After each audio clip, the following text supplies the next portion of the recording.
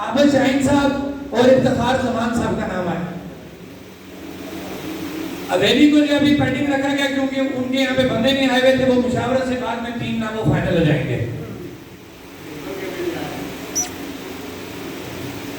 Member के 2 नाम मैंने अनाउंस कर दिए, 1 नाम अभी पेंडिंग है।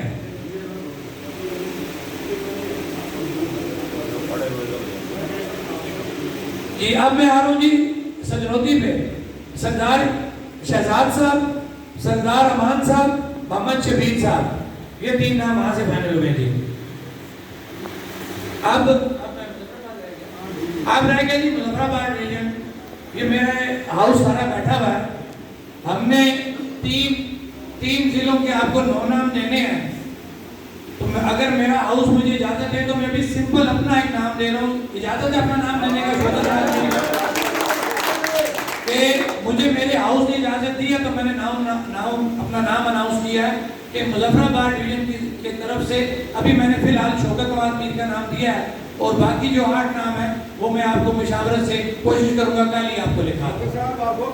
नहीं, मुझे अल्हम्दुलिल्लाह मुझे एतबार है, लेकिन मैं मुशावरत करता हूँ। मुझे हमेशा एतबार मिला, लेकिन मैं मुशावरत से बाहर नहीं गया।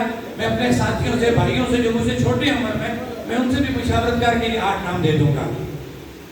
अब ये नहीं बस पूरे हो गए।